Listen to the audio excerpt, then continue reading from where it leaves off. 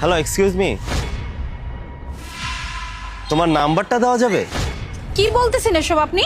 না, রাতে আসবো তো নাম্বারটাই যদি না থাকে তাহলে কিভাবে কল করে আসবো?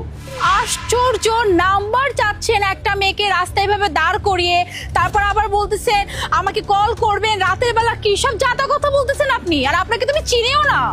আরে ভাই, আপনি এসব কি বলতেছেন? আপনাকে তো আমরা চিনি না, তাহলে নাম্বার কেন দিতে যাব? আরে বাবা, তোমরা এমন কেন করতেছো? তোমরাই তো সাথে নিয়ে ঘুরতেছো, আর আমি বলাতে তোমরা রাগ দেখাচ্ছো।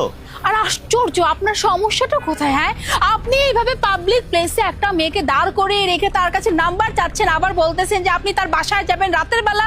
ফাইজলামি করতেছেন এগুলা।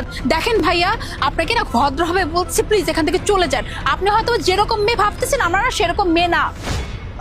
বেবি, তুমি মনে হয় লজ্জা পাচ্ছ, বুঝতে পেরেছি। এটা আসলে পাবলিক প্লেস তো, এই জন্য। আচ্ছা, সমস্যা নাই, তুমি একটা কাজ করো, তুমি তোমার নাম্বারটা দাও, আমি তোমার সাথে কল করে বা তোমার সাথে কথা বলে আমি ঠিকই চলে আসবো, কোনো সমস্যা নেই। দেখেন, আপনি কিন্তু এখন অনেক বেশি বেশি বলতেছেন। হ্যাঁ, এতক্ষণ ধরে কিন্তু খুব রেসপেক্ট দিয়ে তারপরে কথা বলতেছিলাম, বাট এখন কিন্তু সেই রেসপেক্টটা দিতে পারবো না। আপনারা যদি এখন ভালো ভালো আমাদের সামনে থেকে না যান, তাহলে কিন্তু এই যে আশেপাশের লোকজন ডেকে তারপর না ঘন ধুলাই খাওয়াবো, তারপরে বুঝবেন একটা মেয়ের সাথে রাস্তায় ইফটিজিং করার ফলাফল কিরকম হতে পারে। আহা, তুমি মনে হয় লজ্জা পাচ্ছ। আরে বাবা, আমি তো বললাম লজ্জার কোনো কারণই নেই।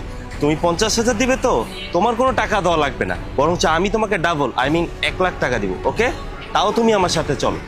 আরে কি সব উল্টাপাল্টা কথা বলতেছেন? টাকা কিসের? তারপর আবার পিঠে এগুলো কি জাতা কথা বলতেছেন? হ্যাঁ, এই আপনি কি শুরু করছেন? হ্যাঁ, মানে ইফটিজিং করার নতুন ধান্দা, তাই তো? কি মনে করছেন আপনি এভাবে কথা বলবেন, আমাকে ফুসলাবেন ফাসলাবেন, তারপর আমি আপনাকে নাম্বার দিব, তারপর আমি আপনার সাথে দেখা করবো? দেখেন, আমি কিন্তু আপনাকে ভালো ভালো বলতেছি, এখান থেকে চলে যান, তাহলে কিন্তু আমার থেকে আবার কেউ হবে না। ও, হোয়াট অ্যান অ্যাক্টিং! মানে তুমি তলে তলে টেম্পো চালাইতে পারো আর আমি বললেই দোষ? নিজেই তো পিছনে লিখে রাখছো যে 1 রাতের জন্য 50,000 টাকা দিবা। তা আমি তো তোমাকে এটাও বললাম যে তোমার টাকা দিতে হবে না কোনো, আমি বরঞ্চ তোমাকে ডাবল দিব, তারপরও তুমি রাগ দেখাচ্ছো। আশ্চর্য ভাই, আপনার